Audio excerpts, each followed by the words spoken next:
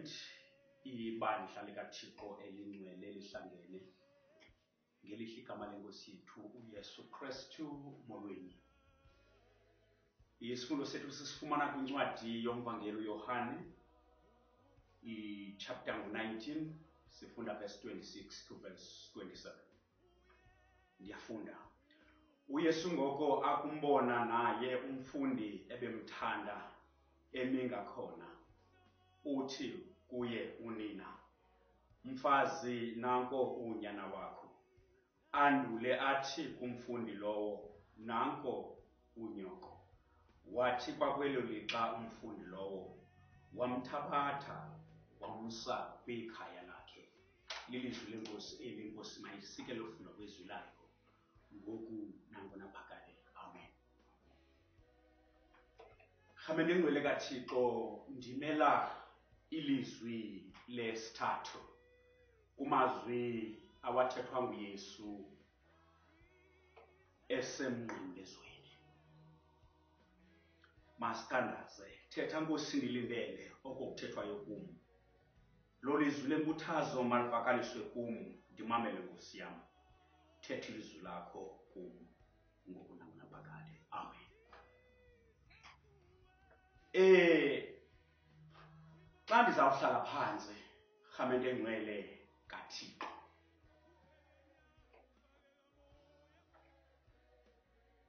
mandicele sijonge nje izinto zibe mbalwa kwilizwi elithethwa nguYesu okwesithathu esemnqamlezweni.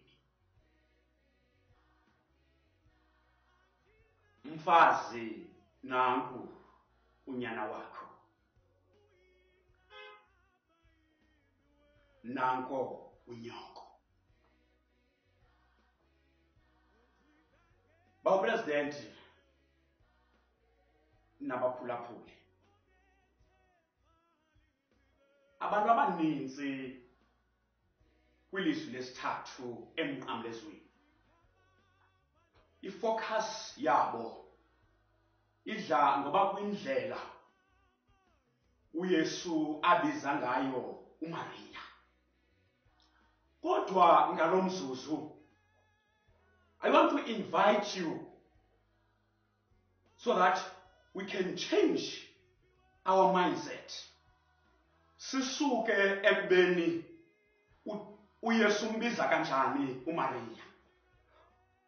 Kodwa eyona nto ibalulekileyo yinto eyenziwa nguYesu ngalo mzuzu apha emnqamlezweni kweli lizwi lesithathu.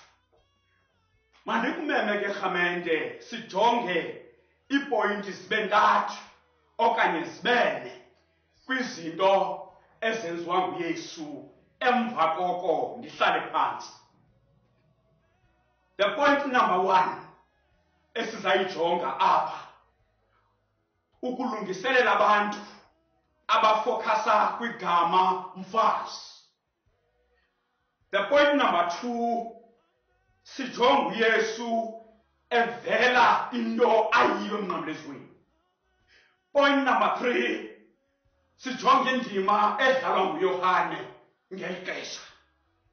And the last point, sijonge i-meaning yelizwi lesithathu elithethwa nguYesu emnqamlezweni. Ngoba bamongameli, uthi umfundisi umbethe amazwi asixhenxe afana nethanga elakhukhuzwa laqongqotha umongo, ngoba yinto eyayisenzeka kudala. And therefore our challenge okanye our duty is to take izinto ezasenzeka kudala emnqamlezweni sizizise kwixesha langoku. Mfazi nanko unyana wakho, andule athi nanko unyoko. Baphulaphule ekhaya. Point number 1, xa esithi uYesu mfazi, akabonakalisi uYesu ujongela phantsi uMaria, engabonakalisi ungahloniphi unina. Kodwa izibhala azimvezi uYesu kumaxesha amaninzi ebiza abantu abangamabhinqa ngamagama, kodwa siveza uJohane uveza uYesu xa ethetha noMaria esebenzisa igama mfazi, elibonakalisa okokuba ngaba uthetha nomuntu ongumama. Igama uYesu akalithethanga kaninzi esibhalweni. Ivangeli kaYohane iveza uYesu esebenzisa igama elithi mfazi kuMaria ngexesha lokuphela kwewayini eKana. Athi uMaria akele uYesu ajika amanzi abe yiwayini. Athi uYesu kuMaria, yintoni na nawe mfazi, ngoba alikafiki ilika lam nawe. Okwesibili uYesu usebenzise igama lithi mfazi ngexesha kwaSimoni ethanjiswa inyawo ngamafutha enathusi. Yumhlo oyethanjiswa inyawo ngamafutha enathusi linenekazi elithile elinguMaria. Bathi abafundi bakukhalimela le ntokazi yayithambisa inyawo zikaYesu, esithi umbhali ivumba elimnandi lazalisa indlu. Wathi uYesu, niyophulela nini mfazi?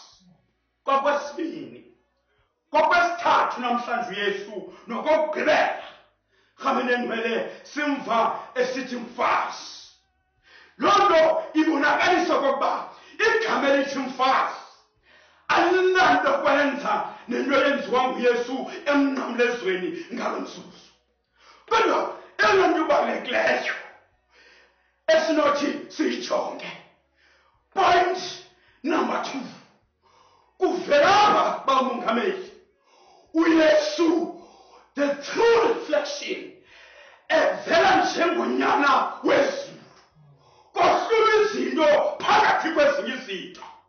Ngoba uMaria ebekinga into yobana uYesu ngunyana weniphakade, ngoku kuvela inyaniso yokokuba uYesu ayingonyana weniphakade, kodwa uYesu ungunyana wezulu. I-confirmation yokokuba ngaba uYesu akanguye unyana weliswe ivela emlanjeni iJordani nabasopropathiswa kukaYesu. Kaliyini izulu kuthina kubuTrinity lathi ilizwi longunyana wentanta mveli yena. Kuvela loo nto abaphulaphuli uba uYesu akanguye unyana weniphakade.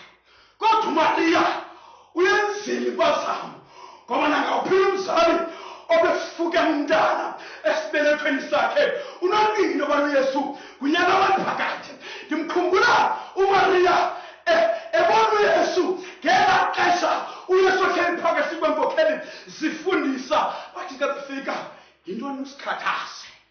Ngoba mna noyihlo besikhathazekile sikufuna. Wathi unyana wezulu xa imkrwabisa uMaria, benindifuna nganina, beningazi uba nimele kwasemicimbini kabawo. Mfazi, nanko unyana wakho. Andule athi, nanko unyoko. Utshile kapha ubunyana majinga xa izawuqothuka uveze izinto uba ungunyana kaThixo. Ndimva xa esithi ethetha okugqibela nabafundi bakhe, ndaphuma kubawo ndivele ezulwini ndenze ehlabathini, ndibuya ndilishiye ihlabathi ndiye kubawo. Wangqina uJohane nganamhla uNikodimo ekhokela usindiso ngobumnyama. Wathi umbhali akukho namnye uphumileyo emazulwini wezehlabathini ingenguye unyana oyintanda wezulu, kuba wenjenje uThixo ukulithanda kwakhe ihlabathi uthaba unyana wakhe ekuphela komzeleyo, ukuze bonke abakholwayo bangatshabalali babe nobomi obungaphakade. Point number 3, uxanduva lukaYohane kwantu rhamene ndimele kaThixo.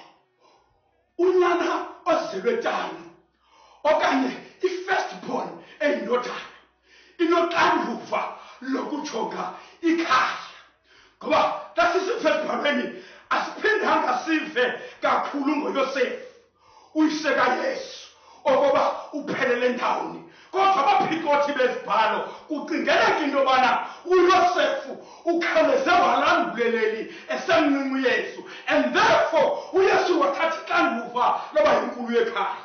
And now inkulu yekhaya xa izawugoduka iyacinga into yobana umele umzali wayo abe selugcinweni lwezandla ezikhuselekileyo. Uthatha uYohane umbeke endaweni yobukhulu, eveza into yobana kumele wakeshiye umzali amshiye esezandleni ezikhuselekileyo. And therefore pha uvela uYohane osisihlobo sikaYesu ongunyana kaSalom udade boMariya eqiniseka uYesu uba ushiya unina kwisandla esinemfudumalo.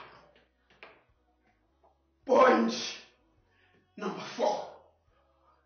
Okokugqibela, in my conclusion, bawumongameli, ndifuna ukuthi if umuntu uyazibuza ekhaya, now that Masongo usithi uYesu uthetha le nale kuMariya, yintoni yakhe benefit ezabaphulaphuli belilizwi lesithathu? Yintoni meaning yale nto yenziwa nguYesu apha? uYesu apha uveza into yokubana i-family bonds ibalulekile no matter how the situation is. Kodwa kukhona amaxesha oba kufuneka ifamily isondelelane, kufuneka ifamily ibe nobudlelane, kufuneka ifamily ithandane, kufuneka ifamily iphathisane, ingajongi imeko ifamily. Noba imeko zintle ifamily ibhonde, noba imeko zimbi ifamily ibhonde. Ngoba uYesu apha ubhonda nonina, ubhonda noYohane, ubhonda nabanye abantu abalapha phantsi komqamlezo abasondeleyo kuye ngexesha lobunzima. And now xa ndinishiya baphulaphuli kweli lizwi lithethwa nguYesu okwesithathu emnqamlezweni, ndifuna ukuthi kuwe ekhaya uba sithatha lo mzekelo wenziwa nguYesu apha athi izinto zingamhambeli kakuhle, kodwa abe nexesha lokhathalela umzali wakhe, abe nexesha lounita ifamily yakhe. Uba nathi silibandla likaThixo kwiimeko zobunzima, kwi-challenge esikuyo namhlanje, sibona ilizwe, abantu belizwe besivalele endlini ngenxa ye-challenge ye-coronavirus elapha ngaphandle. Loo nto ifuna ibandla likaThixo lisondelelane, libhonde ngemithandazo nangakumbi, luxanduva lam nawe okokuba ngaba sihlanganisane, sibonde, sithi mfazi nangu unyana, andulathi nango unyoko. Ndifuna ukuthi ke xa ndiqukumbela ndizayiyeka le nto, uba ngaba sifunda umzekelo kaYesu wokuthi ngaphambi koba ahambe alungise izinto zekhaya, enze abe amafa, athuthuzele unina, ngoba zithe zintubabuchopho ilizwi lesithathu emnqamlezweni elithethwa nguYesu lilizwi lentuthuzelo, ngoba akafuna ushiya unina ethandathekile. Khumbula le nto ke rhamende ekhaya, ukuba asiyekani, sithe siyi-slogan endake ndasiva ngenye imini, working together we can do more. Ngoku nakunaphakade. Amen.